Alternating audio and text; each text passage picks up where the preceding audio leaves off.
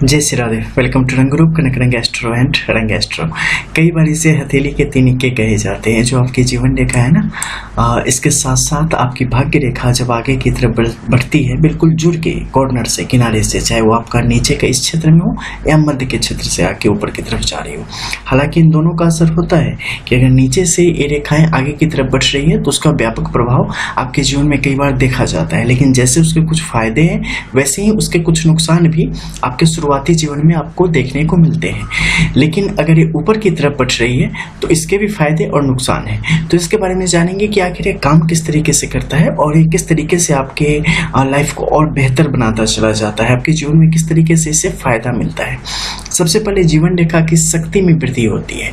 जब भी ऐसी स्थिति आएगी, व्यक्ति के स्वास्थ्य संबंधी समस्याओं को ये काफी कम कर देता है, जीवन में ऊर्जा, एनर्जी की वृद्धि करता है और दुखों को, जिसे एक तरीके से कह सकते हैं डिप्रेशन वगैरह, इन चीजों से आपको दूर रखने का काम करता है। इसमें जीवन शक्ति की वृद्धि होती है, यानी व्यक्ति हमेशा अपने आप को खुशियों से लबरेज महसूस करेगा, शक्ति से लबरेज महसूस करेगा। विकट से विकट परिस्थिति में भी हौसला उसके साथ बना रहेगा और हौसले के दम पर उस चीजों को प्राप्त करने की ओर अग्रसरित होता चला जाएगा।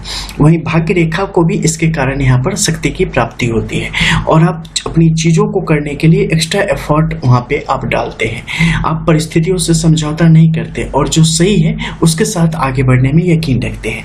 ऐसे लोग चाहे जिस भी काम में होंगे उसमें अपना 100% देने से कभी नहीं चूकेंगे। अगर मान लो किसी कारणवश, किसी परेशानीवश या किसी अन्य समस्या के कारण अगर कुछ समय के लिए आप बैठ भी गए हैं तो फिर कुछ समय के बाद आप फिर से उठेंगे और उन चीजों को जब तक प्राप्त नहीं करेंगे आप पीछे नहीं हटेंगे। तो ये क्या होता है कि आपके अंदर एक कीड़ा यहाँ पे आ जाता है जो कि आपको बताता है कि नहीं, आपकी अभी तक जो है ना, आपकी यात्रा पूरी नहीं हुई। आपने जो सोचा है, आप जिसके लिए बने हो, उसे आप अब तक पूरा नहीं कर पाए हो। आप बहुत कुछ और ज्यादा डिजर्व करते हो। तो लगातार जो है ना आपको एनर्जी देने का काम करेगा और आगे बढ़ाने के लिए पुश कर रहा होता है, जो कि आपके लिए काफी बेहतर होता है। तीसरा, अगर बुध की रेखा ऊपर के क्षेत्र से आगे की तरफ बढ़ती है तो विभिन्न प्रकार के कारोबारी सफलता को दिखाती है। अगर आप किसी जॉब में हैं तो उसमें आपके जो न्यू आइडियाज होंगे, आप चीज़ों को जिस तरीके से आप तीव्र गति से करने वाले होंगे, चीज़ों को जिस प्रकार से अलग नज़रिए से और स्मार्ट आइडियाज़ के साथ चीज़ों को डन करेंगे, वो चीज़ें आपको औरों से अलग करेगी। अगर आप बिजनेस करते हैं तो वहाँ आप नए नए जो आपके आइडियाज होंगे उसे आप लाने का काम करेंगे, नई नई तरीके से चीज़ों को प्रेजेंट करेंगे। आप चीजों को 1 से 2 करने में यकीन रखने वाले होंगे। किस प्रकार, कहाँ सही मौका है, कैसा निवेश होना चाहिए, किस प्रकार से काम करना चाहिए, इसकी जो है ना समझ एक तेजी से विकसित होती चली जाती है और त्वरित प्रतिक्रिया देने में भी ऐसे में आप सक्षम होते हैं। तो इसका फायदा जातक को यहाँ पर मिलता है और तेज तरक्की जातक अपने जीवन में यहाँ पर प्राप्त करता है। अगर वहीं पे शुक्र की स्थिति की बात हम कर ले, ऊपर जुपिटर की स्थिति की बात कर ले, सन की बात कर ले, बाकी माउंट्स की कंडीशन भी अगर पाम के अकॉर्डिंग आपकी बोथ पाम में अच्छी है तो इसमें क्या होगा, फिर आपको पीछे मुड़ के देखने की आवश्यकता नहीं पड़ती है। शत्रु कभी आप पर हावी नहीं होंगे। कभी भी आप चाहे कितनी भी विकट परिस्थिति हो, कितनी भी प्रतिकूल स्थिति हो, उसमें भी आपका जहाज आगे की तरफ बढ़ेगा, चाहे कितने भी तूफान हो। तो ऐसे लोगों को बढ़ाने का काम करता है और आपकी स्ट्रेंथ को कभी भी कमजोर नहीं होने देता। वहीं अगर इसमें डॉट्स आ जाए, जैसे कि यहाँ पे देखो आड़ी तिरछी रेखाओं की स्थिति बिल्कुल काट रही है, ये क्या करेगी, आपके हौसले को कमजोर करने का काम करती है, आपको बहुत ज्यादा ऊपर तक जाके सपने देखने से रोकने का काम करती है। ये आपके आसपास इतनी समस्याओं को फैला देगी ना कि आप उसे समेटने में ही अपनी जो शक्ति है उसे भूल जाएंगे और छोटी छोटी चीजों में ही मगन रहना शुरू कर लेंगे या संतोष को प्राप्त कर लेंगे कि चलो हमारी किस्मत में इतना ही सही, या हम क्यों इतनी मेहनत करें, चलो जिंदगी तो नॉर्मल कट रही है। तो ऐसी भावनाओं को बढ़ाती है आड़ी तिरछी टेढ़ी मेढ़ी रेखाओं की स्थिति, जो कि अगर पर्वत क्षेत्र की स्थिति भी कमजोर है वहां पर पैदा हो जाए तो खासकर, तो इसका हमेशा ध्यान रखना है। दूसरा, रेखाएं अगर कटी फटी होंगी तो उस रेखाओं की जो शक्ति है ना उसमें कमी आ जाएगी। ठीक है, जैसे आप जानते हैं ना, कोई धागा एक पूरा बना हुआ है और उससे तोड़ दो, काट दो और फिर से जोड़ो तो गांठ पड़ ही जानी है, उसकी ताकत कॉम्प्रोमाइज हो ही जाती है। बिल्कुल उसी प्रकार से अगर ये जो लाइंस है ये कहीं से भी डैमेज होंगी तो ये अपना 100% जो है इसका जो शुभ प्रभाव है वो आपको वहां पर नहीं दिखा पाती। तो इस मामले में आपको काफी संभल के कई बार चलने की जरूरत आ जाती है। अब दूसरा क्या होता है कि ऊपर से जो आपकी मस्तिष्क रेखा गई है, ठीक है, मस्तिष्क रेखा इन इन रेखाओं से मिलके इस क्षेत्रों को बिल्कुल ढक देने का काम करती है। और ये क्षेत्र ढक जाने की वजह से क्या है, यहाँ पे कई प्रकार के सिंबल आपको देखने को मिल जाएंगे। अगर मान लो नीचे के क्षेत्र से रेखाएं गई हैं तो यहाँ से ऊपर की तरफ चली गई, ठीक है। यहाँ से आपकी भाग्य रेखा एक ऊपर की तरफ चली गई शनि के क्षेत्र में, जीवन रेखा नीचे की तरफ आई है, मस्तिष्क रेखा आगे की तरफ बढ़ी है। अब क्या होगा कि यहाँ पर कई अलग अलग प्रकार के खाने बनेंगे, जिसमें सबसे पहले एक आपका मध्य में स्क्वायर साइन के रूप में, जो कि आपकी हृदय रेखा और मस्तिष्क रेखा के मध्य में पड़ेगा। इस पर राहु का बेहतर प्रभाव देखने को मिलता है। और ऐसी स्थिति में जातक की बुद्धि बड़ी तीव्र चलती है, जातक के जीवन में धन की आवक हमेशा बनी रहती है। और साथ ही मतलब एक जिसे कह सकते हैं ना कि कभी कभी कुछ ऐसा हो जाता है जीवन में जो कि आपको 10 साल 15 साल आगे पहुंचा दे, यानी कि आपके फेवर में कुछ इतना बड़ा काम हो जाता है जो कि आपके लिए इतना मतलब आने वाले समय तक में भी वो इतनी तरक्की देता रहेगा जो कि एक सपने के पूरे होने जैसा होता है। कई बार होता है ना जैकपॉट लग जाना, तो ऐसी स्थिति को ये दिखाने का यहाँ पे काम करता है। लेकिन इसकी बिल्कुल सुदृढ़ स्थिति आपकी हथेली में होनी चाहिए।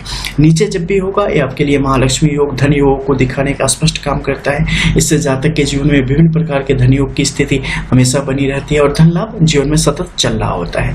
यहाँ पे अगर मान लो कहीं से एक छोटा सा कॉर्नर निकल गया है जो आपस में नहीं जुड़ा हुआ है, ठीक है, और बिल्कुल आने जाने का पैसेज बिल्कुल क्लियर है, ऐसी स्थिति में क्या होगा, कुछ न कुछ मन में शंका हमेशा बनी रहेगी, धन को लेकर संतुष्टि नहीं हो पाएगी। अगर ये पूरा एक दूसरे को लाइन ने नहीं पकड़ रखी है तो, या मध्य में आड़ी तिरछी रेखाओं की स्थिति बनी है तो, इस मध्य में जब भी बनेगी व्यापारिक दक्षता को बढ़ाने का काम करेगी। एक से ज्यादा माध्यमों से आपके जो धन के स्रोत है वहां से भी धन की प्राप्ति होगी। विरासत से जो चीजें मिली हुई है उससे भी धन की प्राप्ति के योगों को बढ़ाने का काम करती है।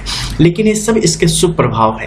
लेकिन अगर कहीं भी कोई कमी हो जाती है तो उसके अलग नकारात्मक प्रभाव भी जीवन में आते हैं। उस विषय पर भी हमारे कई सारे वीडियोस है, उसके द्वारा आप उसके बारे में जान सकते हैं।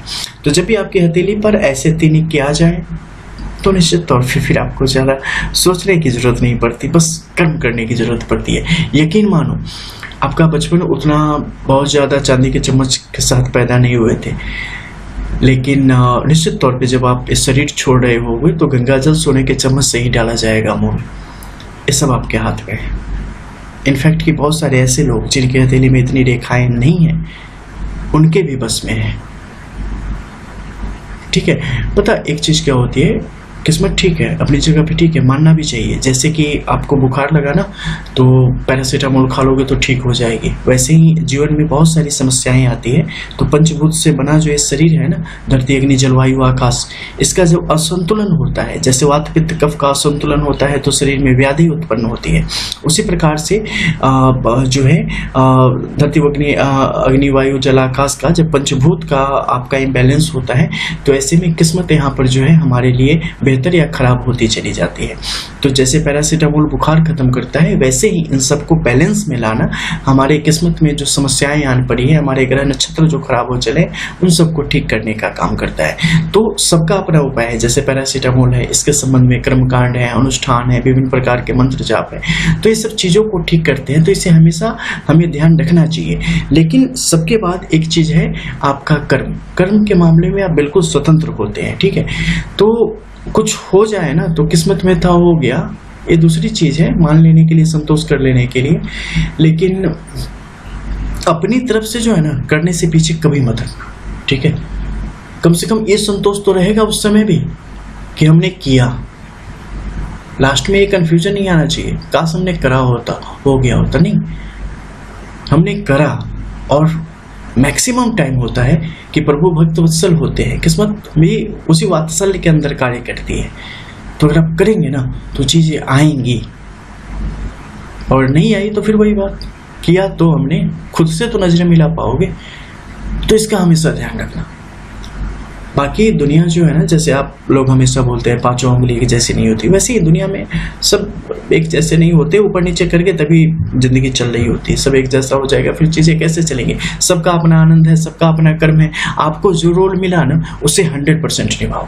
ठीक है। आप देखते होंगे बहुत सारी फिल्मों में बहुत सारे कैरेक्टर होते हैं, हीरो होता है, एक्ट्रेस होती हैं, बड़े बड़े विलेन होते हैं, उनके पापा मम्मी दोस्त वगैरह सब कुछ होते हैं, लेकिन उसी में कोई 1-2 मिनट का रोल करके चला जाता है और पता चलता है पूरी फिल्म में सबसे कालजयी चरित्र किसने निभाया, तो फलाने का 1-1.5 मिनट का रोल था उसने। तो उसी प्रकार से जिंदगी है, ठीक है।